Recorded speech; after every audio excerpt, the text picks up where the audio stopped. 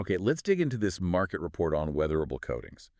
We've got this forecast data stretching out to 2033. Yeah. So maybe first up, what exactly are weatherable coatings? And, what are we trying to get out of this data today?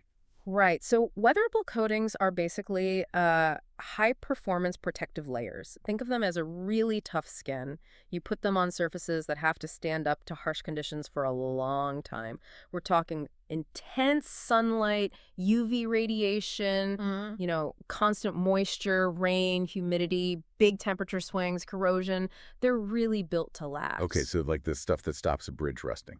Yeah. Or maybe the paint on a tall building that needs to look good for years. Exactly that. Or on cars, ships, industrial gear, even outdoor benches and things like that. They're absolutely vital for stopping things from breaking down, basically extending the life of anything left outside. Hmm. Our goal today, is to cut through these numbers, see how big this market is, how much it's expected to grow globally, All right. pinpoint where it's growing fastest, and crucially figure out why. Why is it expanding so quickly? And for you listening, why should you care? This isn't just some niche chemical thing, right? Oh, not at all. I mean, understanding this market actually gives you a window into some huge global shifts. Think about urbanization, how fast cities are growing, or how material science is advancing, plus the big push for sustainability and just the basic demand for things, buildings, infrastructure, cars to last longer. These coatings are, they're literally protecting the physical stuff of our world. So the market tells a story. That makes sense. Yeah. Okay, so let's start with that big picture then. What do the global numbers look like in this report? Well, the scale and the growth trajectory really jump out. The source says the market was worth $5,292.2 million globally back in 2021, and it grew pretty significantly, hitting $7,200 million by 2025. Okay, 7.2 billion by 2025. That's quite a jump from 2021 already. It is, but the really interesting part is the forecast looking out to 2033. The report projects it'll hit $13,326.7 million by then. Whoa, wait. 13.3 billion. That's way more than double the 2025 figure in under 10 years. Exactly. More than doubling between 2025 and 2033. That works out to a compound annual growth rate, a CAGR, of 8% for that period. Right, 8% CAGR. And on a base that's already over $7 billion. That's really strong, sustained growth. Yeah, absolutely. It signals a very robust market. Okay, so an 8% growth rate. Let's get into the why. What are the big forces driving this kind of acceleration?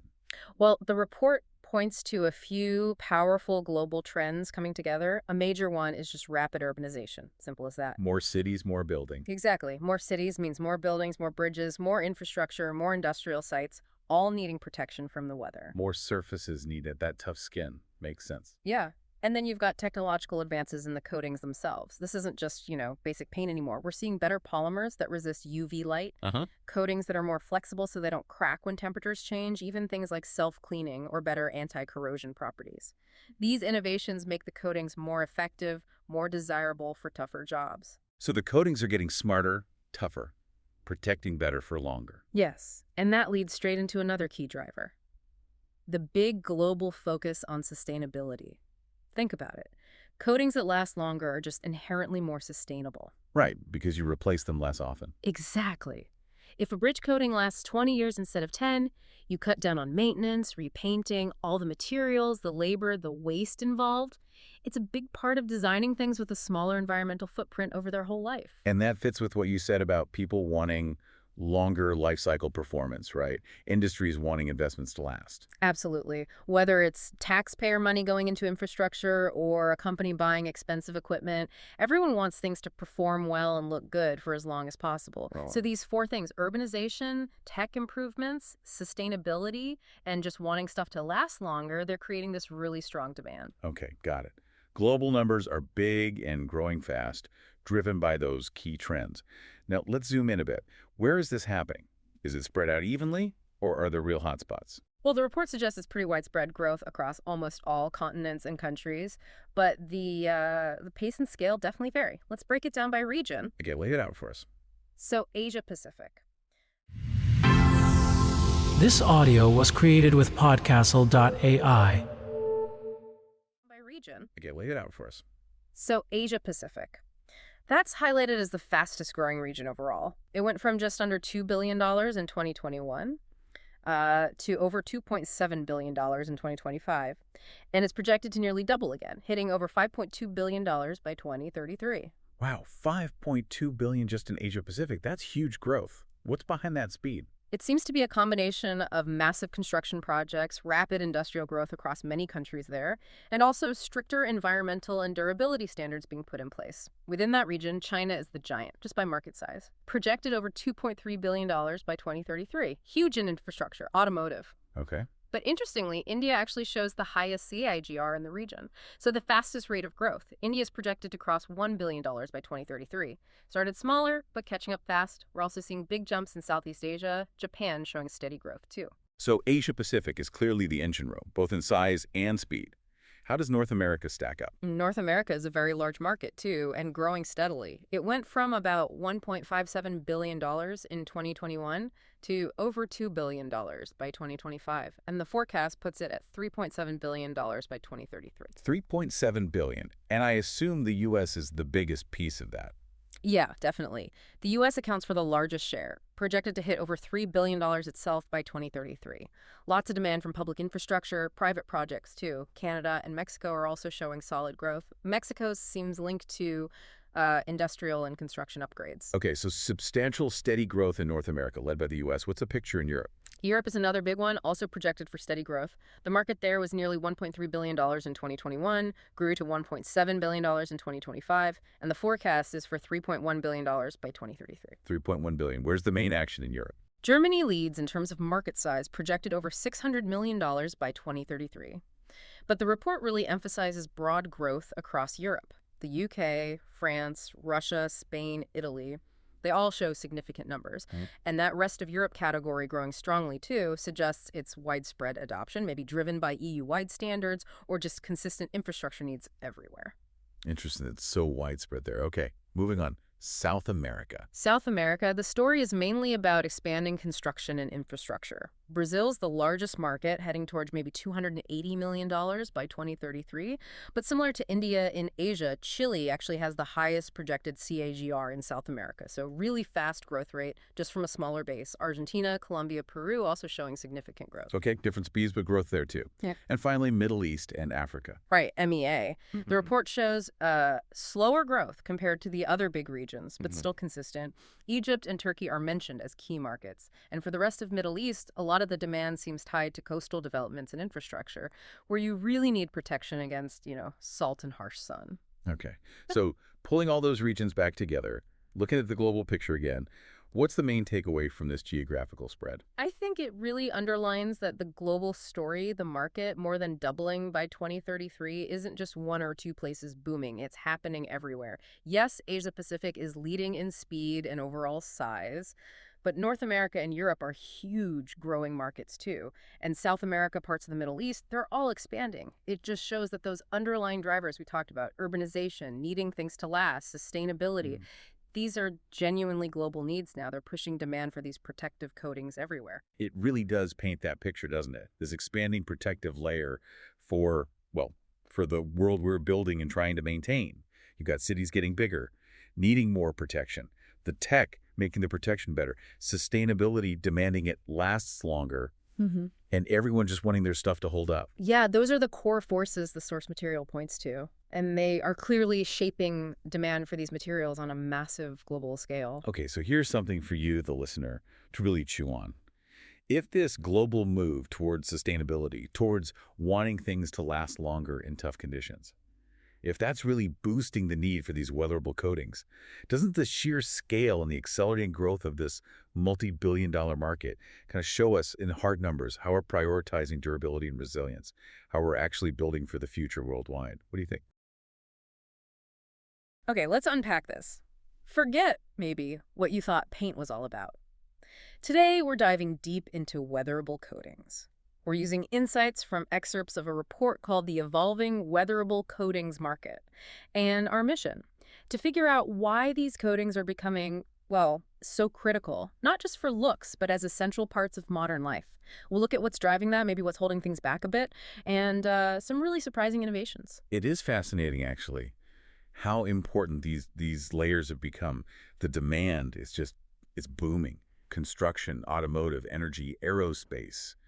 They all need them. Makes sense, doesn't it, when you think about what everything's up against? I mean, it's not just a bit of rain. No, not at all. It's intense UV, it's constant moisture corrosion, and frankly, these crazy temperature swings we're seeing more of, especially with older infrastructure and, climate change. Exactly. And the source highlights this. Think about regions with really harsh climates, Southeast Asia, the Middle East, Latin America. They really put materials to the test. Right. And you see it in huge projects. Yeah. Like big bridge constructions in India, or those super tall buildings going up in, say, Mexico City. They need coatings that don't just look good for a year or two. They need something that lasts, cuts down maintenance. Drastically, yeah. Extends the service life for ideally decades. It's a completely different mindset. Okay, so long-term thinking for buildings. What about things that move?